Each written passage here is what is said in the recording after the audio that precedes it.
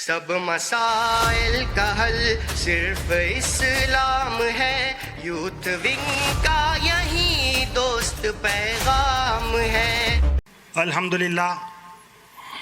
الحمدللہ کفا وعلی عبادہ الذین اصطفیٰ، خصوصاً علی افضلہم و خاتم النبیین محمد الامین وعلی آلہ واصحابہ اجمعین الی یوم الدین۔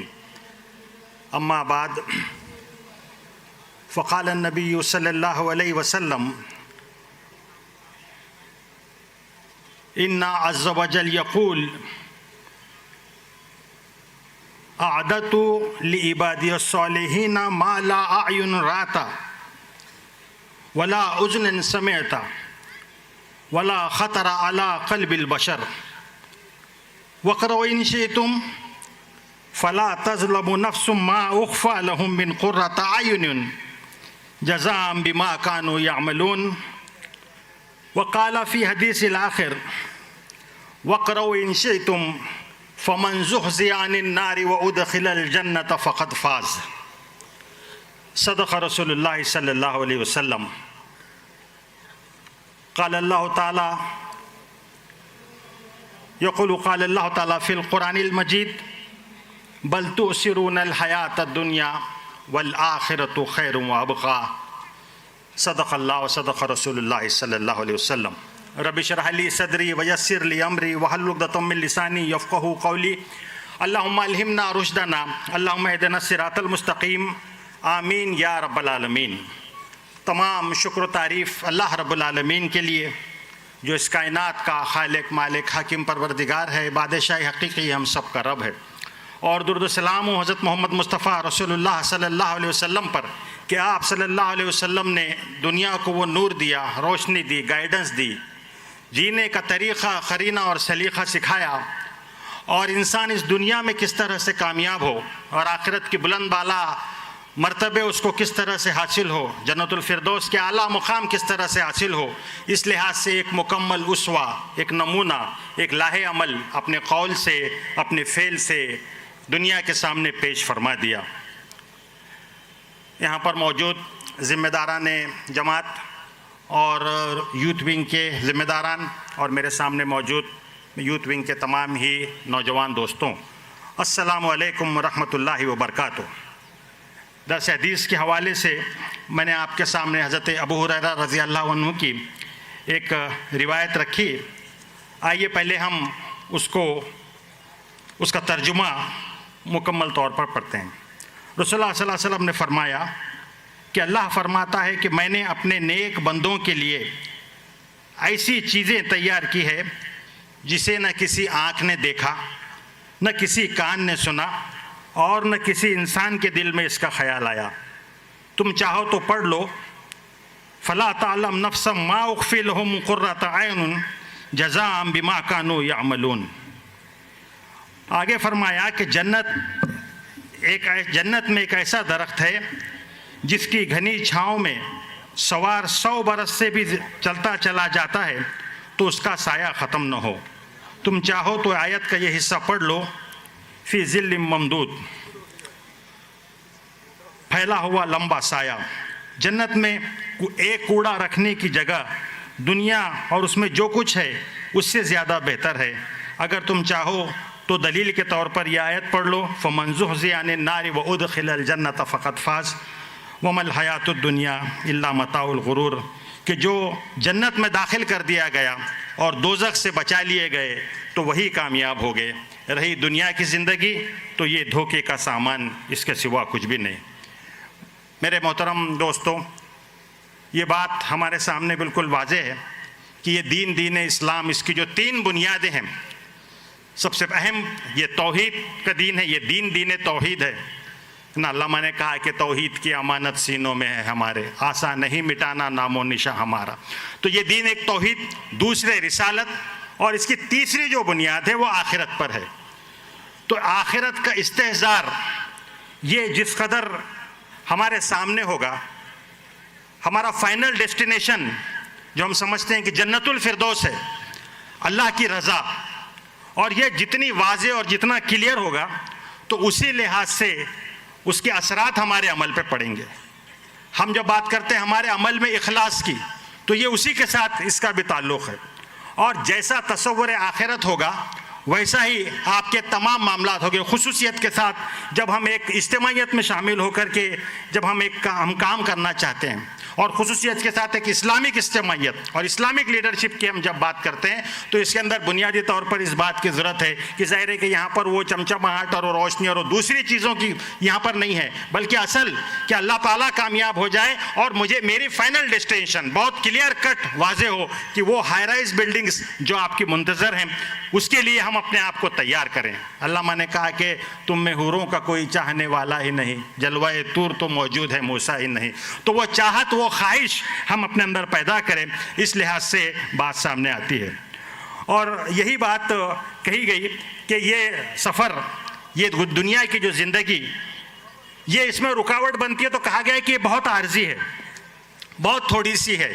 اور آخرت کے مقابلے میں آپ صلی اللہ علیہ وسلم نے فرمایا کہ اگر تم سمندر کے اندر پانی میں سمندر کے کنارے کھڑے ہو اور اس میں انگلی ڈباؤ تو جتنا پانی لگتا ہے تو اس سے بھی زیادہ کم یہ آخرت کے مقابلے میں یہ دنیا کی زندگی. بہت تیزی کے ساتھ یہ زندگی گزر جاتی ہے. ابھی بچپن کا معاملہ تھا, ابھی آپ جوانی کے ایک عمر پر پہنچے ہیں, جو تھوڑے سے لوگ آگے ہیں وہ دیکھ رہے ہیں کہ بڑھاپا جو تو سامنے کھڑا ہے. تو تیزی کے ساتھ گزرتی ہوئی یہ زندگی, اس کی طرف اشارہ کیا. علم انما الحیات الدنیا لعب ولہو وزینۃ وتفاخر بینکم وتکاثر فی الاموال کمثل غیث اعجب الکفار نباتہ. بہت تیزی کے ساتھ گزرتی ہوئی زندگی. اور پھر بات کہی گئی کہ وَمَنْ زُحْزِحَ عَنِ النَّارِ وَأُدْخِلَ الْجَنَّةَ فَقَدْ فَازَ وَمَا الْحَيَاةُ الدُّنْيَا إِلَّا مَتَاعُ الْغُرُورِ. قرآن مجید میں 3 مقامات پر اس لحاظ سے اس کی طرف تلقین کی گئی. یہ دین آپ جانتے ہیں یہ اللہ کے حق ادا کرنے کا نام ہے اور بندوں کے حق ادا کرنے کا نام. آپ دیکھیے اللہ تعالیٰ جب قیامت کے دن یہ بات کہی گئی کہ جب کھڑے ہوں گے اس کے پاس تو نماز کا حساب تو بعد میں ہوگا, اصل حساب ہوگا معاملات کا, کیسے معاملات لوگوں کے ساتھ کیے. تو یہ نتیجہ آخرت کا جو یہ جو پورا ایک کنسپٹ ہے, یہ آپ کا وہ کردار جس کے حوالے سے صبح سے بات آ رہی ہے کہ آپ کے اس کردار کو وہ مضبوطی دیتا ہے, جواب دہی کا احساس آپ کے اندر پیدا کرتا ہے. اس لحاظ سے قرآن مجید کے ہر صفحے پر تصور آخرت کو آپ پائیں گے. آپ صلی اللہ علیہ وسلم نے پوچھا کہ جانتے ہو مفلس کون ہے؟ صحابہ نے عرض کیا اللہ کے رسول ہم اس کو مفلس سمجھتے ہیں جس کے پاس نہ درہم ہو نہ دینار ہو. آپ صلی اللہ علیہ وسلم نے فرمایا کہ مفلس وہ ہوگا, بلکہ سب سے بڑا مفلس وہ ہوگا کہ جو کل قیامت کے دن اس حال میں آئے گا کہ بڑی نیکیاں کی ہوگی, بڑی نمازیں پڑھی ہوں گی, بڑی عبادتیں کی ہوں گے. ظاہر ہے کہ حج اور عمرے اور تمام عبادتوں کے جتنی بھی تصورات آپ کر سکتے ہیں یہ سب لے کر کے آئے گا, لیکن حال یہ ہوگا کہ کسی کو گالی دی, کسی کا مال ہڑپ کیا, کسی کے ساتھ ظلم کیا, اور پھر وہ نیکیاں چھین کر کے ان مظلوموں کو دی جائیں گی جو کھڑے رہیں گے وہاں پر.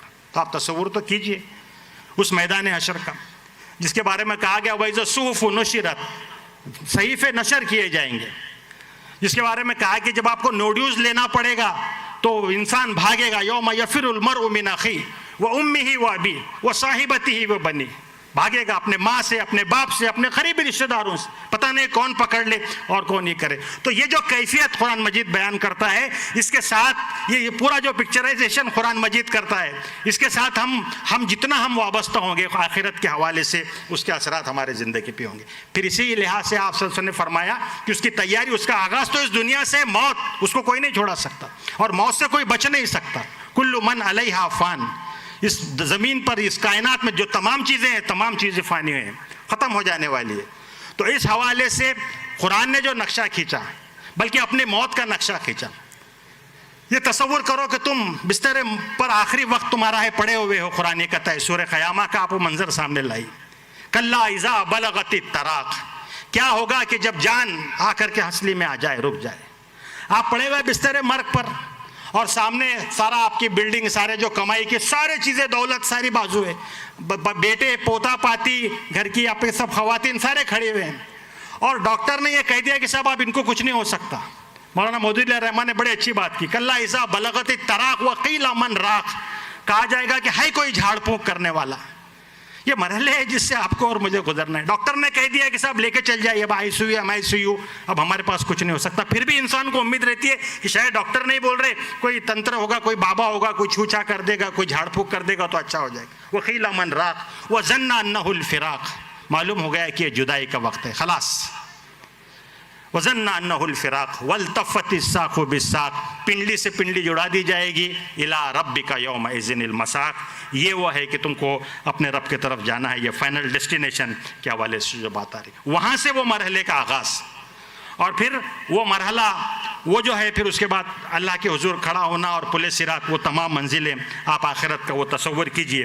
اس لحاظ سے اگر آپ دیکھیں تو اس میں ہم صحابہ کا اگر ہم دیکھیں، اللہ کے رسول صلی اللہ علیہ وسلم کے جو خاص صحابہ، ان کا جو اگر آپ ان کو رو دیکھیں آخرت کے تصور کے حوالے سے، تو کہیں حضرت ابو بکر کہتے ہیں کہ کاش ابو بکر ایک چڑیا ہوتا جس سے حساب نہ لیا جاتا. روتے آخرت کی یاد آتی تو داڑھی تر ہو جاتی. آج ہم ایسا ہو گیا، دنیا کی رنگینی میں اتنے کھو گئے کہ ہم یاد تصور آخرت کے بارے میں ہم سوچتے بھی نہیں. موت بھی ہو رہی ہے تو سمجھتے کہ صاحب دوسرا ہے، مر رہا ہے، ہمارا نمبر نہیں آئے گا. تو آپ دیکھیے اس حوالے سے بات کہی گئی. حضرت ابو بکر رضی اللہ عنہ کا معاملہ، حضرت عمر، اس نے کہا کہ وَامْتَازُوا الْيَوْمَ أَيُّهَا الْمُجْرِمُونَ، آپ ایک بار جا رہے تھے، آواز آئی کہ اے مجرموں بازو ہٹ جاؤ. حضرت عمر بے ہوش ہو کے گر گئے. تو پوچھا کہ آپ نے یہ کیوں ایسا اس طرح سے ہوا؟ تو کہا کہ جب قرآن یہ کہہ رہا ہے کہ وَامْتَازُوا الْيَوْمَ أَيُّهَا الْمُجْرِمُونَ، اے مجرموں تم بازو ہٹ جاؤ، آج تمہارے لیے کوئی کچھ نہیں ہے، تو مجھے ایسا محسوس ہوا کہ یہ بات مجھ سے کہی جا رہی ہے. کہیں جو حضرت عثمان نظر آتے ہیں کہ جب خبر کے پاس سے آپ کا گزر ہوتا تو زار و قطار روتے. یہ وہ لوگ ہیں کہ جن کو دنیا میں جنت کی بشارتیں دی گئی، لیکن آپ دیکھیے کیسا معاملہ ہے. کہیں حضرت علی کہہ رہے ہیں کہ دور ہو جا، اے دنیا مجھ سے دور ہو جا.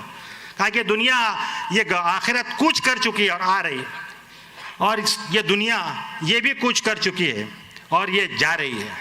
اس کے اپنے چاہنے والے ہیں. تم سے اگر ہو سکے تو دنیا کے بیٹے نہ بننا، دنیا کے چاہنے والے نہ بننا، آخرت کے چاہنے والے بننا. تو یہ میرے محترم بھائیوں، یہ میرے نوجوان دوستوں، آخرت کے اس تصور کا ہمارے زندگی پر اس کا راست اثر ہوتا ہے. تو اس لحاظ سے ہم کو اس کی تیاری کرنا چاہیے. پھر آپ دیکھیں کہ اس کا نتیجہ پھر یہ ہوتا ہے کہ صاحب آپ کیا کریں. جب کہا گیا کہ ساری چیزیں متاع الغرور ہے، دھوکے کا سامان ہے، اور پھر کچھ نہیں، تو پھر کیا کیا جائے؟ تو اس کا نتیجہ یہ نکلتا ہے کہ رہبانیت یا ترک دنیا. سب کیا کریں گے؟ صاحب دنیا تو کچھ ہے ہی نہیں، تو سب چھوڑ دو اور اللہ اللہ کرو اور غاروں میں چلے جاؤ. لیکن آپ دیکھیں گے قرآن نے یہ کنسیپٹ پیش نہیں کیا، یہ تصور قرآن نے پیش نہیں کیا. صحابہ کی زندگی سے تصور نظر نہیں آتا ہم کو جی، بلکہ یہ بات کہی گئی کہ یہ جو کنسیپٹ ہے آخرت کا، اس حوالے سے اپنے آپ کو تیار کرو اس شہادت کے لیے جس کا اشارہ محترم امیر جماعت نے آپ سے کیا، یا وہ خدمت خلق کے حوالے سے آپ کے سامنے بات آئی. صبح محترم ضمیر قادری صاحب نے آپ کے سامنے بات رکھی. تو یہ جو تصور آخرت ہے، اس سے رہبانیت مطلوب نہیں ہے، یہ سب کچھ چھوڑ چھاڑ کر کے کہیں غاروں میں اور پہاڑوں میں نکل جانا مطلوب نہیں ہے، بلکہ وہ شہادت مطلوب ہے جس کی طرف اشارہ کیا جا رہا ہے بار بار. اور جو ہمارا نصب العین بہت آسان زبان میں علامہ نے اس کو سمجھا دیا، میری زندگی کا مقصد تیرے دین کی سرفرازی، میں اسی لیے مسلمان، میں اسی لیے نمازی. اس کاز کو لے کر کے بندہ مومن اٹھے اور تمام جو اپنی انرجی، اپنی کوششیں، اپنی صلاحیتیں، یہ تمام چیزیں اس کرے کام اس دنیا میں، اور اجر اس کا طالب ہو کہ وہ آخرت میں اس کو اجر ملے گا. اس لحاظ سے اپنے آپ کی تیاری کرنا، یہ میں سمجھتا ہوں کہ اس حدیث کا تقاضا یہ ہے. ہمارے اللہ کے رسول صلی اللہ علیہ وسلم نے بار بار جو آخرت کے حوالے سے جو باتیں کی، اس کا بھی مقصد یہی ہے کہ ہم اپنے آپ کو تیار کریں، ایمان اور یقین کی وہ مضبوط کیفیت اپنے اندر پیدا کریں. جو کچھ گناہ ہو چکے اس پر توبہ کریں. یا ایھا الذین آمنوا توبوا الی اللہ توبۃ نصوحا، توبہ کریں، رجوع کریں، اپنے رب کی طرف تیزی کے ساتھ دوڑیں. پھر آپ سے تقاضا یہ ہے کہ قوی اور مضبوط مومن بنے، تاکہ بہترین انداز میں آپ تمام چیزیں کر سکے، عبادتوں کو بھی انجام دے سکے، اور جو بات آ رہی ہے کہ ظلم ستم کا مقابلہ کرنا ہے، اس لحاظ سے اپنے آپ کو تیار کریں. اور خدمت خلق اور امر بالمعروف اور نہی عن المنکر، اس کے لیے ایک اجتماعیت کے ساتھ وابستہ ہو کر کے جد و جہد کریں. دیکھیے ایک تصور یہ آتا ہے کہ صاحب آپ عبادتوں میں منہمک ہو جائے تو آخرت کی منزلیں ملیں گی. ایک کنسیپٹ یہ ہے کہ اپنے آپ کو لگا دو، کھپا دو. جو انبیاء علیہ السلام کا ذکر آیا صبح سے آپ سن رہے ہیں، حضرت ابراہیم علیہ السلام، حضرت یوسف علیہ السلام، اپنے آپ کو لگاؤ، کھپاؤ اور ایک کاز کے ساتھ پوری زندگی گزارو تاکہ تم کو بلند درجات ملے. آئیے ہم دعا کریں اللہ تعالیٰ سے کہ اللہ تعالیٰ صحیح معنی میں تصور آخرت کا استحضار ہم کو نصیب فرمائے، اور دنیا میں ہم سے اپنے دین کی بہت خدمت لے، دنیا میں کامیابی عطا فرمائے اور آخرت میں جنت الفردوس عطا فرمائے. وآخر دعوانا الحمدللہ رب العالمین.